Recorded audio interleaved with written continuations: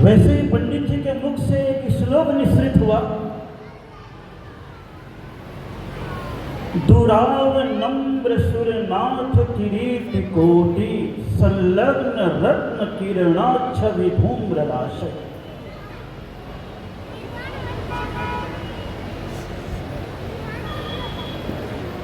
सौधर्म इंद्र अपने विमान पर भी बैठा हुआ हो,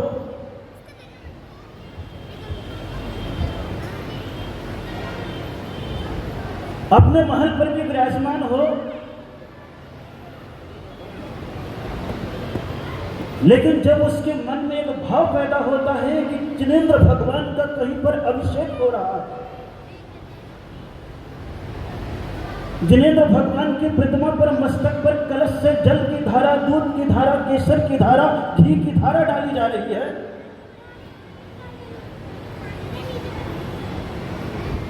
तब वो सोचता है कि मनुष्य के बीच में जाकर के मैं तो अभिषेक नहीं कर पाऊंगा,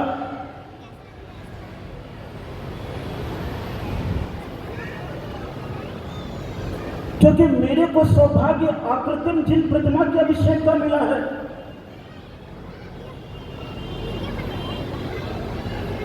मनुष्यों को सौभाग्य कृत्रिम प्रतिमा के अभिषेक का मिला है।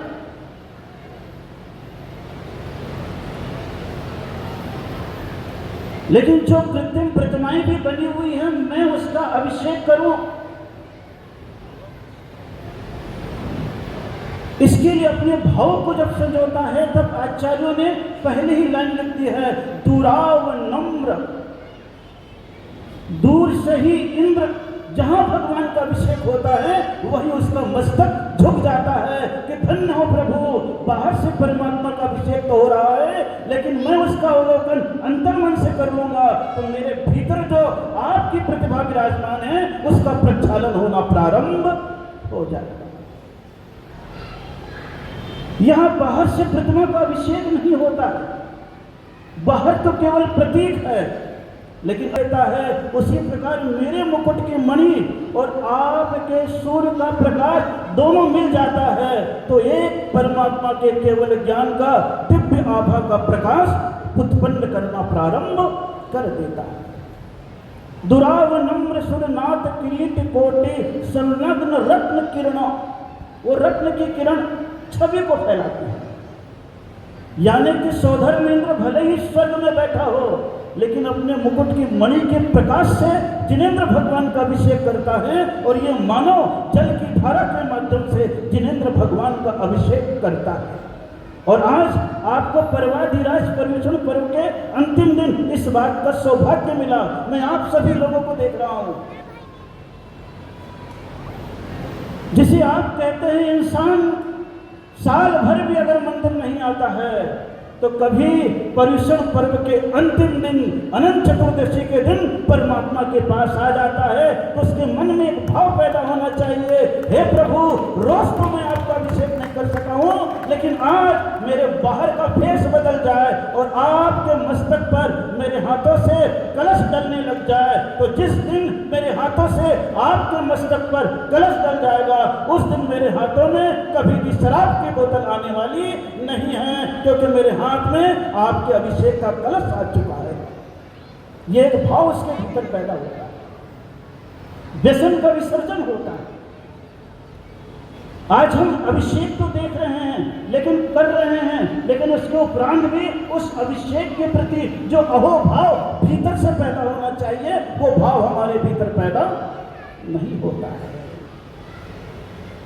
हम इसे परंपरागत क्रिया समझते हैं, लेकिन महावीर कहते हैं ये परंपरागत क्रिया नहीं है, आत्म प्रक्षालन का अवसर है, और आत्म प्रक्षालन का अवसर दोनों माध्यम से दिया जाता है। बाहर से प्रक्षालन किया जाता है तो आपस में क्षमा माड़ी मना करके किया जाता है, और भीतर से प्रक्षालन किया जाता है तो परमात्मा का अभिषेक और पूजा के माध्यम से स्वयं की आत्मा का प्रक्षालन किया जाता है। दोनों का प्रक्षालन है, बाहर से व्यवहार का प्रक्षालन है और भीतर से अपनी आत्मा के कषायों के विसर्जन का प्रक्षालन है।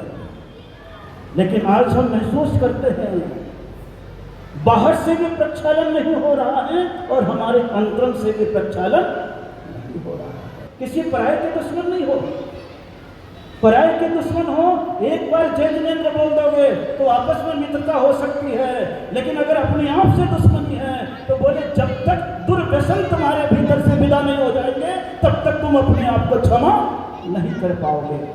इससे नहीं है, नींव भी क्षमा है और कलश भी क्षमा है, दोनों क्षमा है। एक क्षमा तो बाहर की है और एक क्षमा भीतर की है।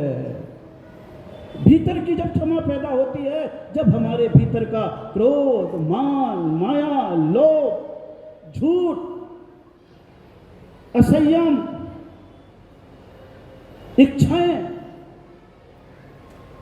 राग की वृत्ति, बाह्य पदार्थों का मोह और ब्रह्मचर्य, ये चीज जब हमारे भीतर आती है तब समझ लीजिएगा हम अपने अंतरंग के प्रक्षालन करने की चेष्टा कर रहे हैं। ये चीज बाहर नहीं है, आपके भीतर ही विद्यमान है। अगर आप महसूस करेंगे तो आपको महसूस होने लगेगा क्रोध आपके दिमाग में है। इसलिए जब कभी भी कोई बात होती है तो सबसे पहले आपका दिमाग गर्म होता है। क्या गर्म होता है? दिमाग गर्म होता है। इसलिए क्रोध आपके दिमाग में है। और जब कभी भी आपको परमात्मा के मंदिर लाया जाता है तो कह दिया जाता है कि तुम भगवान के पास बैठे हुए हो, इसलिए सबसे पहले एक ही काम करो, तुम्हारा दिमाग गर्म ना हो, इसलिए एक चंदन का तिलक अपने मस्तक पर लगा लो, ताकि जब तक मंदिर में हो तो कितनी भी विपरीत परिस्थिति आए मैं कहीं पर भी क्रोध करने वाला नहीं हूं। यह भाव भीतर से पैदा होना चाहिए। लेकिन क्या हमारे भीतर पैदा होता है? नहीं। हम तो भगवान के पास चंदन भी लगाएंगे तो बिल्कुल ऐसे दर्पण के पास जाकर के लगाएंगे, ऐसे लगे जैसे सजावट की बिंदी लगाई है, टिक्की लगाई है। परमात्मा के पास टिकाव कम है, अपने सौंदर्य के पास टिकाव ज्यादा है। केवल महसूस करना। आज आए हो आप निकल करके अपने अपने परिवार से, आपका पुण्योदय ऐसा था कि रास्ते चलते चलते दुर्गापुरा मिडवे आ गया तो एक दिन आना पड़ गया, अन्यथा तो कोई ऐसा था ही नहीं। ये इत्तेफाक है। जाते समय भी गया था, तब 27 तारीख को गया था इधर से, और आते समय भी आना हो गया। एक बार सोचना, क्रोध अगर कषाय है तो आपके दिमाग में है, तो बोले क्रोध दिमाग ठंडा रखो। ये शरीर में ही है, आपके बाहर नहीं है। बोले मान कषाय कहां पर है? बोले तुम्हारे गर्दन में है, क्योंकि मानी की गर्दन कभी झुकती नहीं है।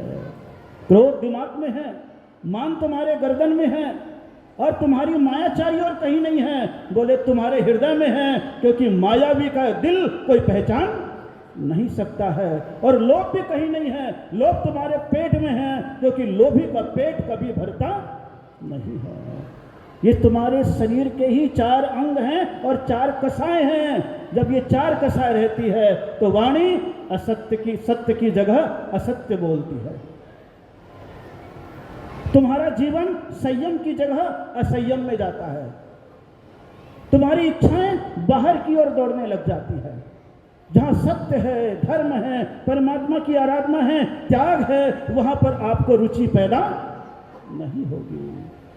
लेकिन जहां पर एंजॉय है, आनंद है, खुशी है, हंसना, बोलना, खाना, पीना है, वहां पर आपकी रुचि पैदा होने लग जाएगी। सोचिएगा कि हमारी जिंदगी बीत गई है पर्युषण पर्व मनाते हुए, लेकिन अभी पर्युषण पर्व मनाते हुए भी हमारे भीतर का प्रदूषण हमसे बाहर नहीं हुआ है। और महावीर कहते हैं जिंदगी भर पर्युषण मना लो, लेकिन भीतर का प्रदूषण, भीतर का व्यसन तुम्हारे पास से नहीं निकला, तब तक तुम्हारे जीवन में कोई परिवर्तन होने वाला नहीं है।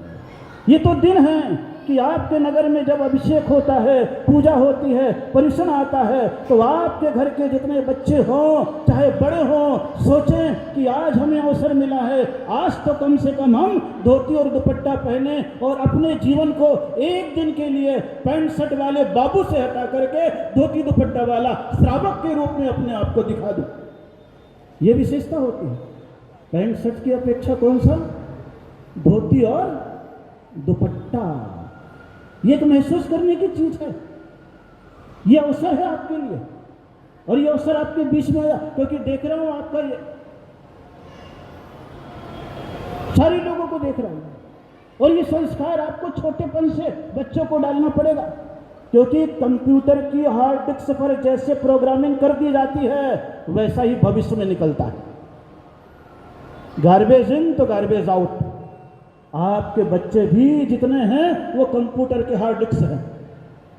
इनमें आप बचपन से ही अच्छे प्रोग्रामिंग धार्मिक डाल दोगे तो इनके भीतर भविष्य में वही अच्छे प्रोग्राम परमात्मा के, धर्म के, संस्कार के, जन समाज के उत्थान के निकलेंगे। अन्यथा आज का बदलता हुआ रूप तो इतना बिगड़ चुका है कि बच्चा 10 साल 12 साल का भी नहीं होता है, घर से उसकी विदाई हो जाती है। कहीं हॉस्टल में चला जाएगा पढ़ने के लिए, कहीं दूसरे गांव में पढ़ने के लिए चला जाएगा, और कहीं 12 साल 15 साल तक आपने वो संस्कार उसके भीतर डाल दिया तो कभी भी उसके जीवन में विकृति के क्षण आएंगे तो एक बार दिए हुए संस्कार आ जाएंगे।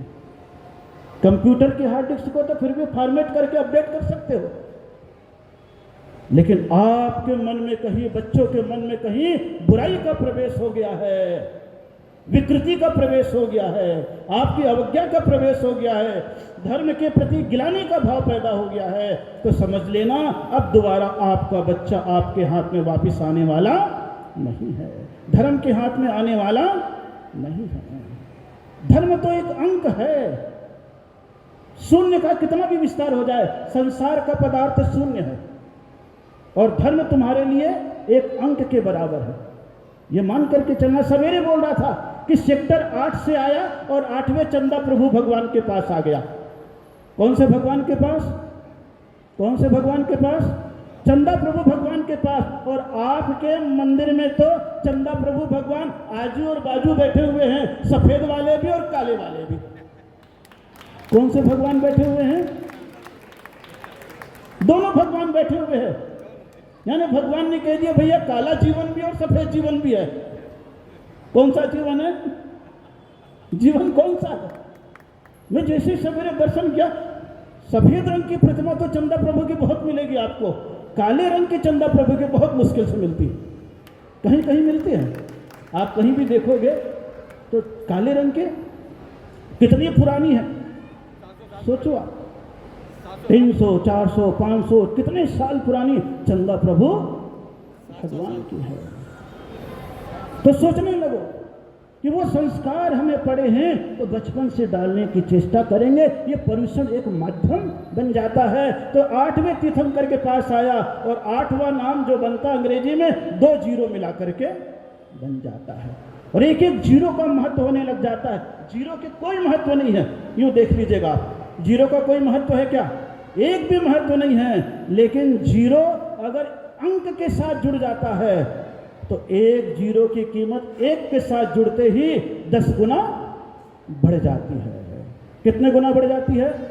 10 गुना बढ़ जाती है।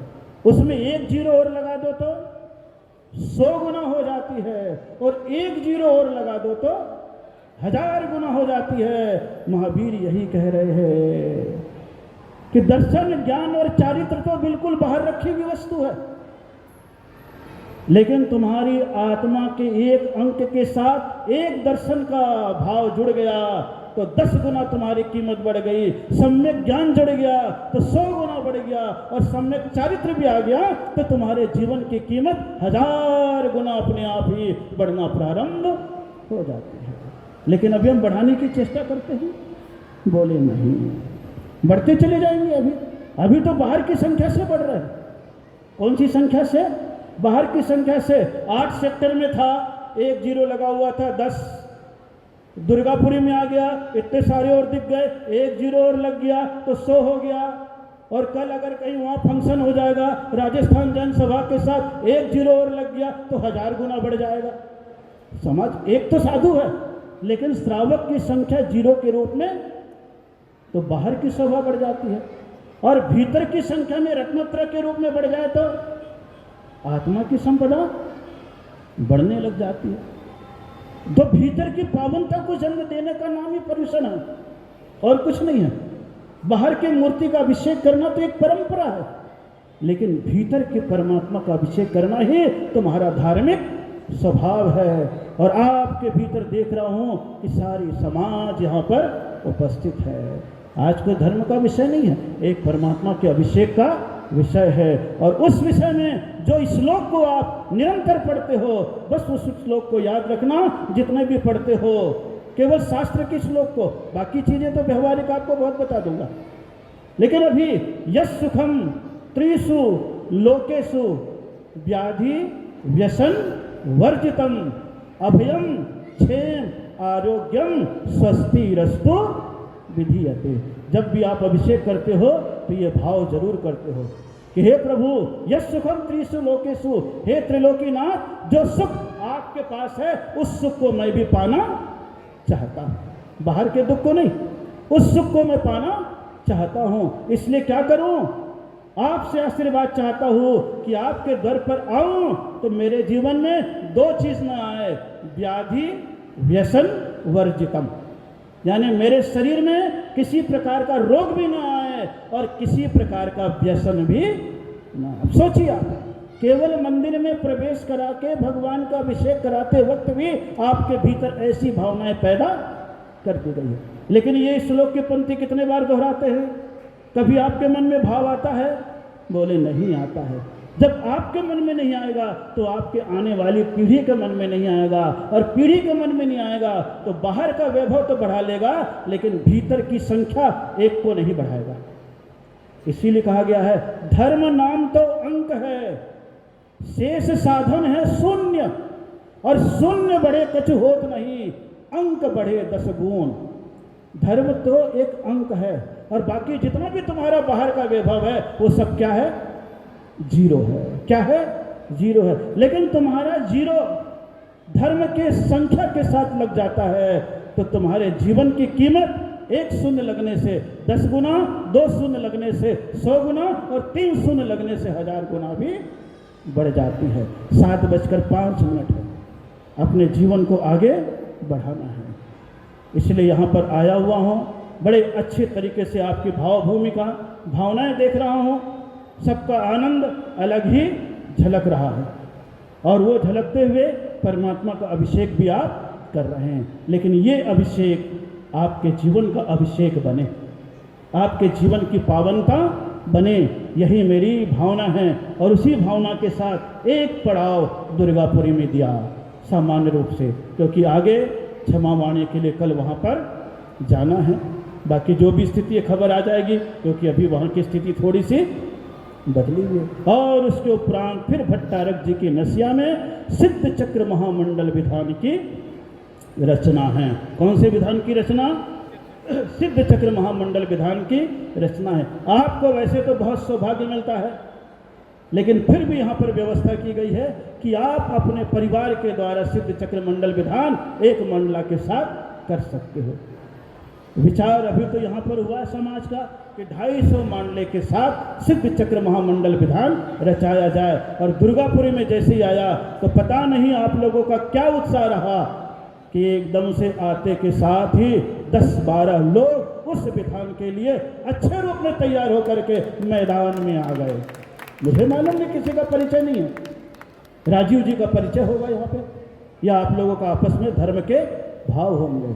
अच्छे तरीके से आ गए हैं, 10 लोग तो यहाँ पर उपस्थित हो गए हैं। लेकिन सोचो कि नवरात्रि के समय, अष्टानिका के समय तो आप करते ही करते हैं, लेकिन नवरात्रि का समय, और जैन दर्शन में नवरात्रि क्यों मनाई जाती है? तो जैन दर्शन में कहा गया है भरत चक्रवर्ती जब 60,000 वर्ष युद्ध करके वापिस अयोध्या लौटा तो बोला हे प्रभु 60,000 वर्ष तक युद्ध करके लौटा हूँ, राज्य को जीत करके अब अश्विन शुक्ला एकम से लेकर के विजयादशमी तक 10 दिन की आराधना धूमधाम से मैं करूँगा। उस समय से जैनियों में नवरात्रि 9 भगवान की आराधना 10 दिन की होती है। ये आदिनाथ पुराण में जिनसेन आचार्य ने वर्णन किया है। इसलिए यहाँ पर सिद्ध चक्र महामंडल विधान की रचना की जा रही है। और निश्चित रूप से जो आपके भाव हैं, उत्साह है, यहाँ से भी 10-20 जोड़े मांडना के रूप में उपस्थित होते हैं। तब फिर कहीं पूछा जाएगा वहाँ पर भाई दुर्गापुरी के कौन कौन हैं, और हाथ उठा दिया, तब मुझे लगेगा वाह, एक दिन कोई दुर्गापुरी में गया, लेकिन दुर्गापुरी वाले तो अपने 4 दीवार का दुर्ग तोड़ करके उस मैदान में कूद पड़े। ये मैं आपसे अपेक्षा रखता हूँ। और ये प्रेरणा पुरुष के मन में तो जागृत करने के लिए महिलाएं आगे आती है। कौन आगे आती है? महिलाएं आगे आती है। और वैसे भी दुर्गापुरी है, शेर की पीठ पर महिलाएं बैठी यहाँ पर। तो कौन बैठी है? कौन? दुर्गा ही बैठी है। आपके मन में अगर भाव जग जाएगा तो आप इनको थोड़ा सा प्रेरित कर सकते हो। चलो एक बार सिद्ध चक्र महामंडल विधान में 10 दिन के लिए बैठ करके देखते हैं। सवेरे 6 बजे 7 बजे से लेकर के 11 बजे तक। कितने बजे तक? 11 बजे तक। तो फिर एक आनंद की अनुभूतियाँ होने लगेगी। इसलिए आप पहले शब्द को ध्यान रखें, दुराव नम्र सुरनाथ किरीट कोटि। हे प्रभु, मैं जैन कुल में पैदा हुआ हूँ, तो जहाँ कहीं भी रहूँगा जैनत्व के संस्कार का पालन करूँगा। दूर भी रहूँगा तो एक बार मैं आपकी वंदना करने के लिए अवश्य ही आऊँगा। जिस दिन आपके मन में ये भाव पैदा हो जाए, तो जिस प्रकार अभी मंदिर का हाल बड़ा सा नजर आता है और इतने लोग घुस गए, तो वो मंदिर आपको छोटा लगने लगेगा। क्या लगने लगेगा? छोटा लगने लगेगा। क्योंकि भगवान का अतिशय भक्तों की भीड़ से बढ़ता है। किससे बढ़ता है? भक्तों की आराधना से बढ़ता है। और 500 साल पुराने भगवान तो वैसे ही शास्त्रकार कहते हैं अपने आप ही अतिशयकारी हो जाते हैं, उसको बनाने की कोई आवश्यकता नहीं पड़ती है। ऐसे अतिशयकारी भगवान चंद्र प्रभु के चरणों में प्रणाम करते हुए दुर्गापुरा जैन समाज को बहुत बहुत मंगलमय आशीर्वाद। इसी प्रकार धार्मिक क्रियाएं करते रहें, आनंद से आगे बढ़ते रहें, परमात्मा की आराधना उपासना करें इसी पुनीत भावनाओं के साथ। ओम नमः। एक बार मेरे साथ बोल लेंगे, लहराता उपवन है पुष्पदंत जी का, जीवन समर्पित है नन्ही कली का, जीवन समर्पित है नन्ही कली का। करता हूँ